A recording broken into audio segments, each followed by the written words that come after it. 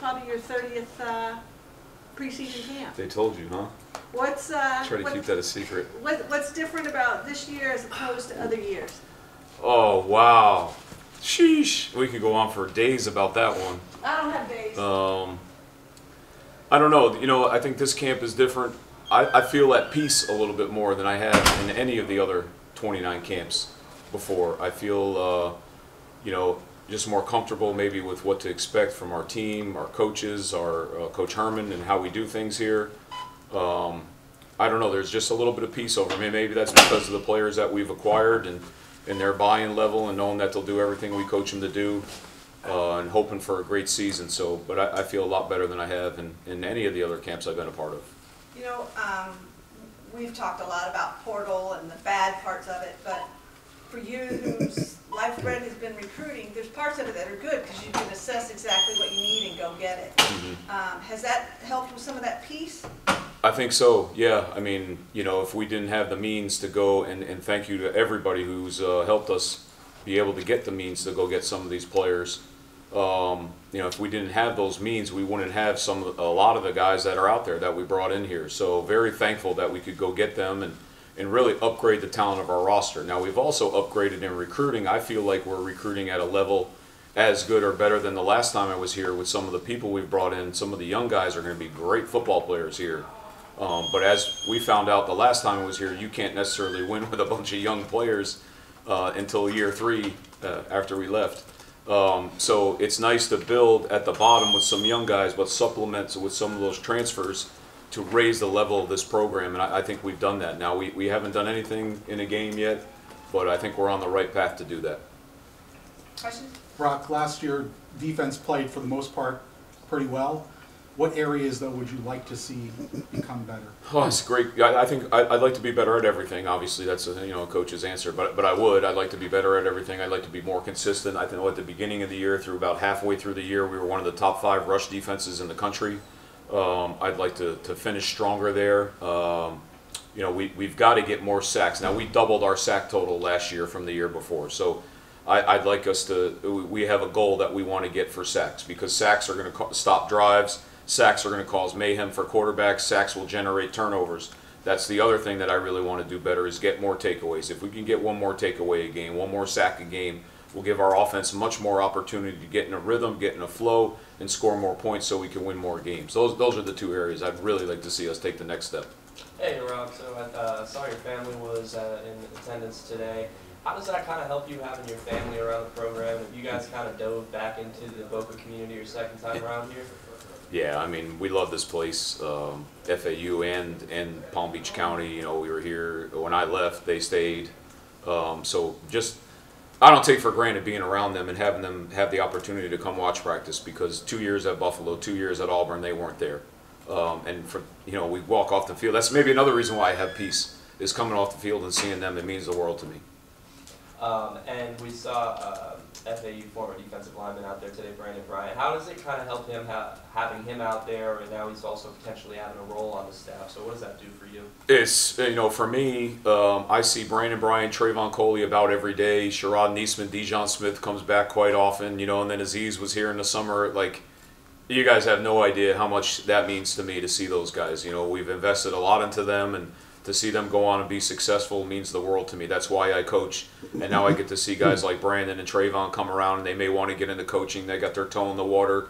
You know, they still got time to figure it out because they had nice NFL careers. But to try to get them a foot in the door where they may be able to start that type of career or find out they don't want to do it means a lot to me too, because it can continue to influence them. And they've got a lot of knowledge that they can give to our players. And Brandon, you know, even away from football, you know, kind of like Chris Carter does, he's got a lot of connections off the field and teaching these guys about life and, you know, getting cut and jumping from team to team and what that life is like. It's invaluable to have them around. And, you know, it's just like seeing one of my kids. And when I see those guys, it's another thing that makes me feel maybe at peace.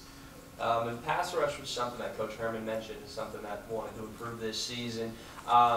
Looking at the guys that you guys have brought in this off-season, what are your thoughts on the edge unit and the pass rushing going into this season? Yeah, I don't want to put any bust in Canton, Ohio yet. I think we have a chance to be better on the edge than we've been here. And as good as a couple of other places I've been. We've had some really good edges. I've coached 16 of those guys who've made the NFL. I really feel like we have some really good players, really, really good players, but we have to get it out of them. They haven't done it in games. The potential is there, so we're coaching their ass hard every day to get them there. I think the potential is there to make an impact on the game, and I'm talking 6, 7 guys that can help. And then inside, I feel like we've upgraded there with Bryce and Devontae coming in. You know, Lauren Ward's a young freshman, but I really feel like we're a lot more athletic than we were all across the board up front. So, and then, you know, and with our pressure game, I think we'll be better at blitzing than we were a year ago because guys know our scheme and that type of thing. So the hopes are there, you know, but, you know, it's practice too. We got a long way to go. We haven't put pads on yet. So we got to keep getting better every day and then let it fly when the season starts. You mentioned coaching them hard. August and Wilkie, I noticed today in practice, both accepting the coaching and asking questions. How do you feel like all the players that you brought in have been able to receive your guys' instruction? Yeah, you know, I thought they accepted our hard coaching last year for the most part. There were some guys that you never could really win over their trust. You know, it's about connecting with them, earning their trust, so that they know when you're getting on them, it's from a good place. It's to get them better. And I think, you know, with a guy like Wilkie, who I've been talking to for 3-4 years now, I think I have his trust, you know, and in Salvati, been recruiting him hard for a long time, and now he's here, and I think the buy-in that we have from the guys who have been here has carried over to the buy-in of the new guys that are coming in here because they know that maybe they're telling them behind the scenes, these guys are going to try to get you better. They have your best interests at heart. Or maybe we just recruited really good kids that buy in. So, you know, we're not getting on guys to make ourselves be heard or make ourselves feel better for yelling. It's to really get the most out of them, and that's my job, and that's why I'm here, to make them the best they can be. Rock, Monty Kiffin passed away recently. I don't know if you guys ever were cross paths or whatever, but just his influence on defensive coaches across the country. Yeah, so Coach Monty Kiffin, I came back here in it would have been the summer of 2019, I think. To work at camp. I was at Washington State, and Danny Moore, who's a great friend of mine and a great friend of this program, pulled me into the office to sit down with Coach Kiffin. And that half hour, 45 minutes I had with Monty Kiffin are things I'll cherish for the rest of my life. I started stealing from Monty Kiffin when I was a coordinator in my first year in 2002. I've been stealing ever since. Not just in terms of scheme, but reading it, you know, quotes and books and magazines and what he talked about from philosophy. He's had a big effect on my career, and that day I told him that, and it meant a lot to me that I was able to tell him that. We had played against him at Buffalo, and he rode up on the elevator with us, but man, I sat down for 45 minutes with a legend and a guy I really looked up to for a long time. So, you know, football world lost a giant and a great man a couple of weeks ago, and he's going to be hard to replace. Coach, linebackers are considered the quarterback of the defense. Now we have 3 veteran linebackers with Ambush, Dez, and Eddie.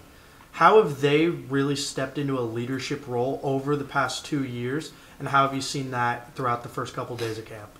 Well, Jackson was a leader the minute he walked on campus, but he feels more comfortable now getting out in front of the group and putting himself out there, I think because he's earned more trust from his teammates, earned that respect by going out and doing a good job. He's probably the unquestioned leader of our defense. Dez is a guy that's a little bit more behind the scenes, but he takes Sharquez Lee and Jarvis Johnson, they're like his little cousins, and he takes them under his wing and he talks to them and tries to get them going in the right direction. So leadership has different ways. There's rah-rah guys, but there's guys that lead in the locker room. Dez is one of those guys. Eddie is a guy I am super, super proud of. When we came in here, he was injured. He didn't feel part of it. Missed spring ball, came into camp, never really felt 100%. His attitude has totally flipped from a year ago. And, you know, he's not a rah-rah guy. He's not a guy that's going to talk a lot, but when he does, I think the guys know he knows what he's talking about. And he's more of a lead by example, goes hard, and everybody can follow him in the right direction. I'm really proud of how far Eddie's come in my time here. Great player. And then to piggyback off of that with the guys behind them in the secondary, you've got a very young secondary core, especially in the safety room. How have you seen them really develop in their time here? Yeah, so Phil Dunham came in, and he's a great player, really good, really talented player. He has some ways to go vocally. He's got to open his mouth a little bit more, and we're on him about that a lot because you got to be a leader in the back end. Jaden Williams, this kid has really grown up.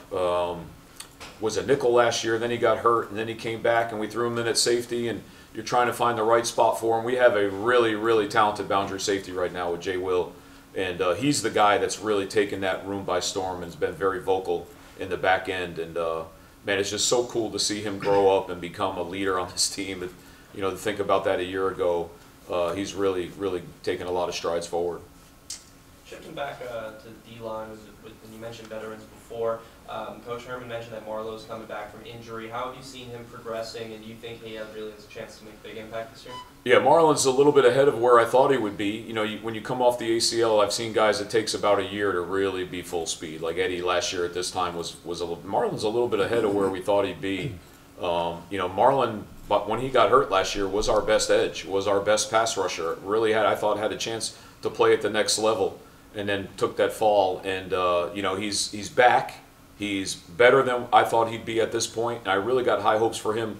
As the season goes on, I can see him getting better and better and taking more of a role as he gets to be 100% healthy. I'm really happy with Marlon. He works his ass off, and he's a great kid. All right, thank you, Coach. Thank you. Okay, thank you.